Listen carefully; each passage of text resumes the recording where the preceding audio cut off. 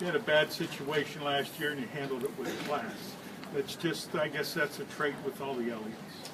I mean, I'd like to think so. I guess, you know, I handled it how I felt like it needed to be handled, and that was, you know, just kind of my opinion. So I guess everybody's kind of got their own way of doing things, and that was mine.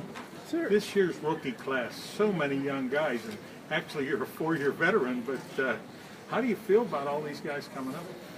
Yeah, there's a lot of youth for sure, but you know, also within that youth, there's a lot of guys that have been doing it for a long time. So I think that you know, the guys coming in will do just fine.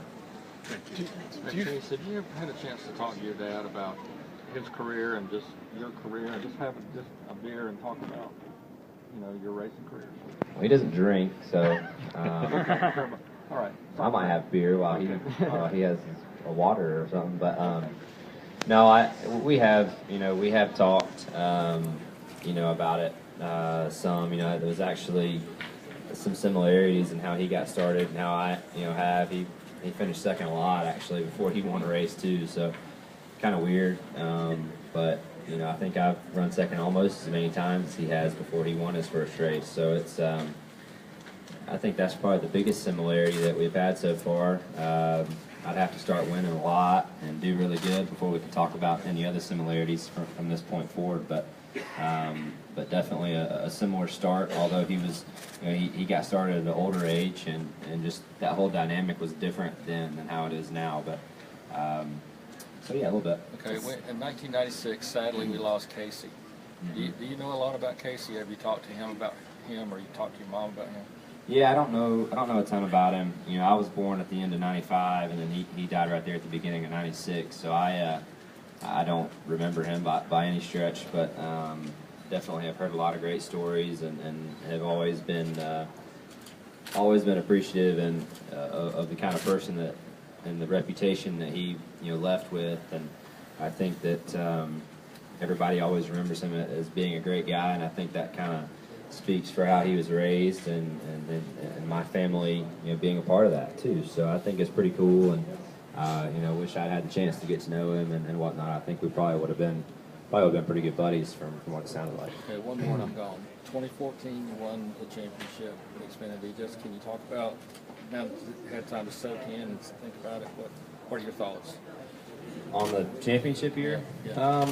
I mean, heck, it was a great year. I don't think any of us really expected to go out and win races that early and compete for a championship, but just kind of the way all the stars aligned that year, it just worked out really well for us, and we ran really good at the beginning of the year. Didn't run as well through the midsection of the season, but it was good enough to get the Drivers' Championship. Wish we could have had the Owners' Championship to go with it. I think that was really the last piece of the puzzle that year that I would have liked to have had, is to beat those other guys for the Owners' Championship. That was, you know, that would have been a huge feat. I think even bigger than what we accomplished, just because you know that you beat the guys that were the Cup regulars that were coming to race each week, which is pretty cool. So me going to do it over again, I would love to go and beat those guys. We outran them a few times, but not enough for the owner's side. Chase, Kevin Harvick said that when you do finally get your first win, the whole garage should be cheering for you because it's just something that's good for the sport. When you hear something like that, what's going through your head when you hear that you got that source of sport?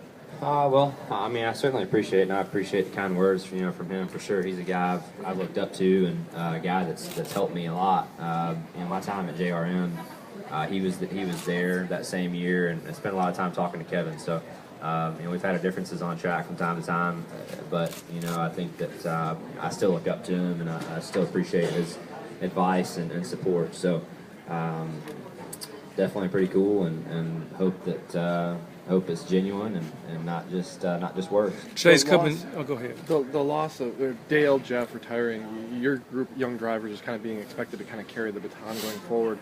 Is that something you're comfortable with, being the face of the sport, and do you feel that pressure maybe? I don't really. I want to do well for all parties involved, not just for the sake of the sport. I want to do my thing and do the job that I think that I can do for my guys and my team, and the job that they deserve. So I really don't, to be honest with you. Do you care about being the face of the sport? Is that something you're comfortable with? I care about the sport, absolutely. So I think it'd be a great honor to have. I don't necessarily think that one person necessarily is, but I think that the sport is the sport because there's a lot of different names and faces that make up for it. There's guys that people like, and there's guys that people don't like. And that's what makes a sport, not just one person that everyone likes. Not everybody likes the same person as much as you may think. Everybody liked Dale. Not everybody liked Dale. I mean, that's just the facts. Most people did. The majority did. But a lot of people didn't. A lot of people have other drivers, too. So it's not just about one person. How about with your position with Hendrick Motorsports, with two people coming into the organization, how does it feel to be one of those that has a little bit more longevity? Well, you never know what tomorrow brings, much less a couple years down the road. But I think that I'm fortunate to be in a situation where Mr. Hendricks put a lot of trust in me to do well. He's had a reputation in his company of winning and winning championships and winning races, and I haven't really done that for him. So I'd love to do my part. I don't feel like I have to this point. And earn my place and earn my keep there at the Hendrick Motorsports. Did you ever think that at this age you would be number 2 on the tenure list this quickly at Hendrick?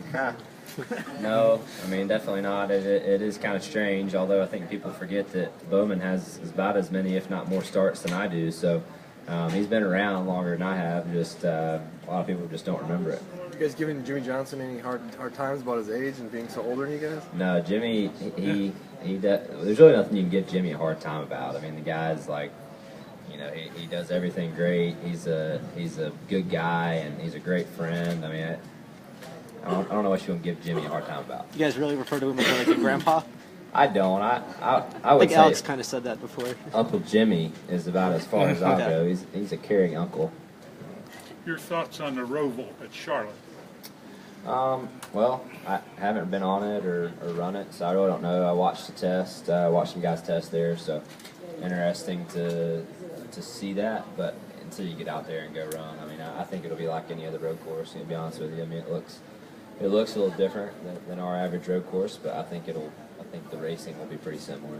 What would you need to accomplish this season to consider it a success? This season? Yeah. Heck, I think just the obvious. Try to win a race. Starting year 3, I think that at this point I ought to know how to do that much at least, and think that I'm capable of doing it, and think that we've had the speed and the ability to compete for wins. I think we've shown that on more than one occasion. So just a matter of actually doing it. It sounds like a broke record, but you just gotta go do it, and we're capable. Just gotta make it happen. Alan Josephson recently said that he thought the incident with Benny kind of shortened your fuse a little bit. Do you agree with that? And do you think that affects kind of the way you race this season, the way you attack this season? I just think, that there's kind of comes a point in time where, well, I think there were times, not just in that situation, that I was a little taken advantage of and how I race people and maybe with too much respect at times. And I think that's what he was getting at. With that comment, and I do think there was probably some truth to that. So at some point, you either stand up for yourself or you continue to get taken advantage of, and I'd rather choose option A over B. Have there been any fans over the last couple of months, ever since the announcement that you'll drive the 9? Are there any fans, maybe on Twitter or even in person, that have said, "Oh man, now I got to buy number 9 merchandise instead of number 24 merchandise"?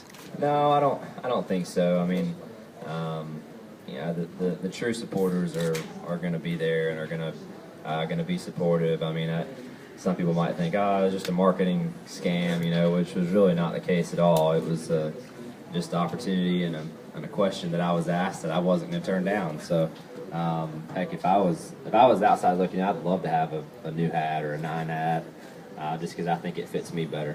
What does the number mean to you? A number on the side of a car?